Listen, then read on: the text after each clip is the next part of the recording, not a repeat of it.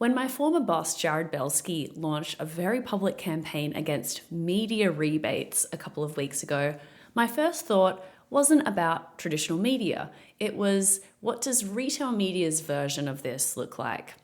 Belsky, who is CEO of independent media agency Acadia, is returning media rebates to his clients and challenging other agencies to do the same.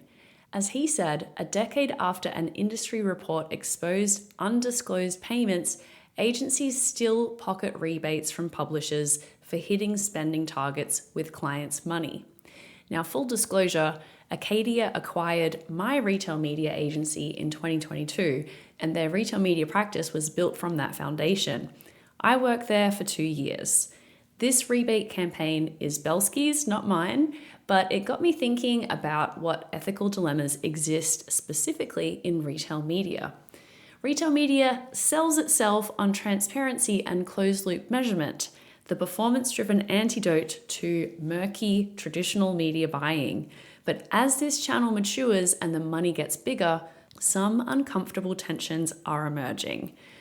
I talked to a few brand side leaders, agency executives, and ad tech operators to figure out what's going on.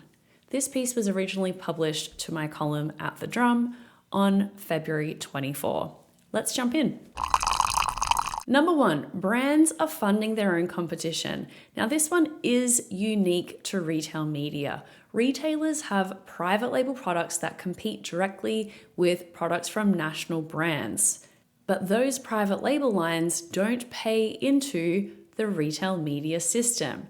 Branded manufacturers fund the data, the targeting, the measurement infrastructure, and their private label competitors ride along for free. And this irks some brand manufacturers. One brand told me that on key retailer marketplaces, the retailer's own private label product shows up first, both on branded and non-branded search results, often before even the ads. Brands are disadvantaged by spend, but also don't have the opportunity to defend themselves on the same brand qualities that helped these retailers initially find scale. But on the retailer side, maybe it's a bit more nuanced than it appears. For some retailers, like Costco in the US, their private label brand is the best performing product in the assortment. Once you introduce paid placements, you're deciding whether the best shopper touchpoints get awarded by what's best for the shopper or by who pays the most. If you protect private label too aggressively, brands will feel like the playing field isn't fair. But if you let paid ads dominate and the store starts to feel like brand land, eroding the private label identity that customers came for. So that is a genuine dilemma about fairness and trust, not just revenue, and the retailers actually face it just as acutely as the brands that complain about it. Number 2, spend incentives that tilt the playing field. So this rebate campaign from Jared Belsky focused on all forms of media, but retail media has its own version of the problem. Perhaps it is not quite as slimy as elsewhere in the media ecosystem. But I asked Jared how he sees this play out for retail media specifically, and he said, I actually don't think that Amazon, Google, or any publisher is in the wrong. They are creating incentives to move ad inventory. That is within their right. What is wrong is that the agencies take those fruits or they shuttle client funds into deals where they win, perhaps, rather than sending that last dollar to a niche RMN to test, where they might not have a deal. So that is the ethics issue. But what do these incentives look like in retail media specifically? One Amazon-focused agency leader that I spoke with confirmed that incentives are happening across the board, but it wasn't in the form of straight up money into their pockets. They described rebates involving the development of ad creative. So some of these retail media platforms creating free TV assets and similar added value perks in exchange for media spend increases, along with spend percentage decreases for reaching certain thresholds. So again, not the straight up cash rebates, but the structural effect is what's concerning. So smaller agencies and brands that don't reach those spend thresholds end up being systematically disadvantaged versus the big agencies and the really big brands. Now, in my own time, agency side, I learned that my small independent agency had a higher fee on our DSP seat than competing agencies of a similar size, and that these differences were supposedly driven by spend thresholds, and we had to sort of fight our way into getting the percentage that we deserved.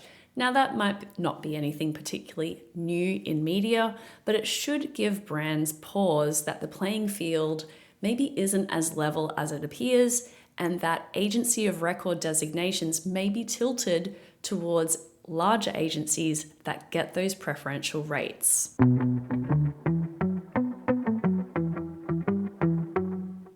Miracle Ads is the only retail media solution designed for both 1P and 3P marketplace brands.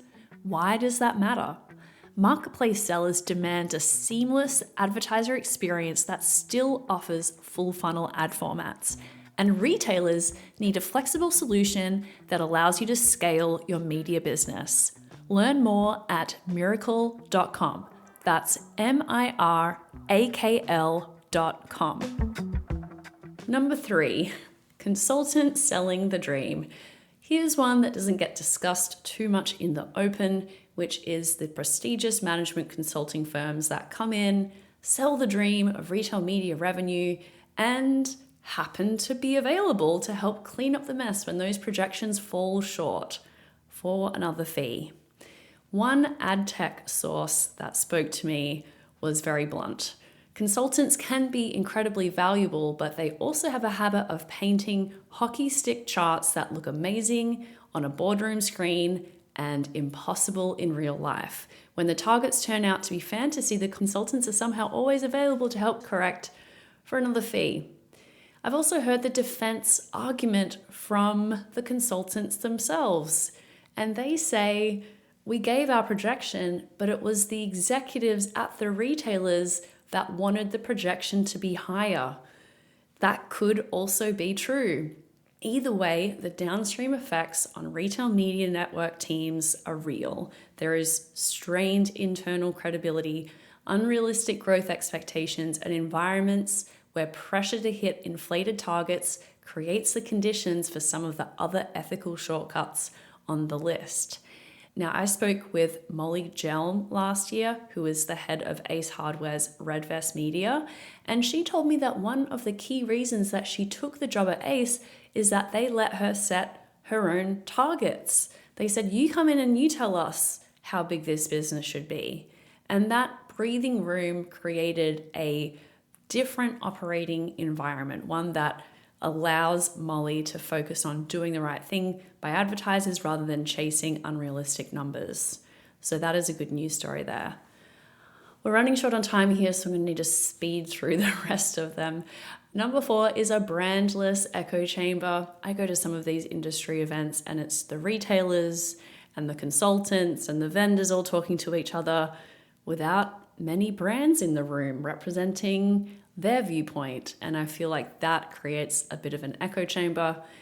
And number 5, no such thing as a free lunch. Again, this is not constrained just to the retail media industry, but these big corporate hospitality events and entertainment.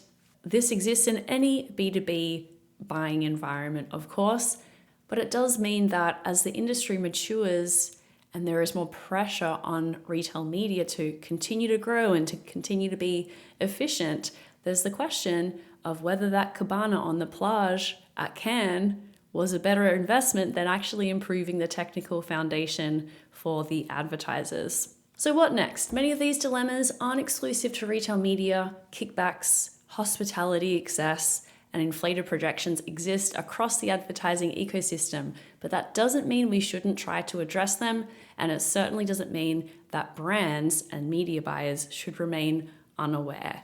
Retail media built its reputation on being more transparent and accountable than traditional advertising. As the industry matures, that reputation faces a test. Will the players involved hold themselves to a standard they've set or quietly lower the bar when the money gets tight? Thanks for listening. I'll catch you tomorrow.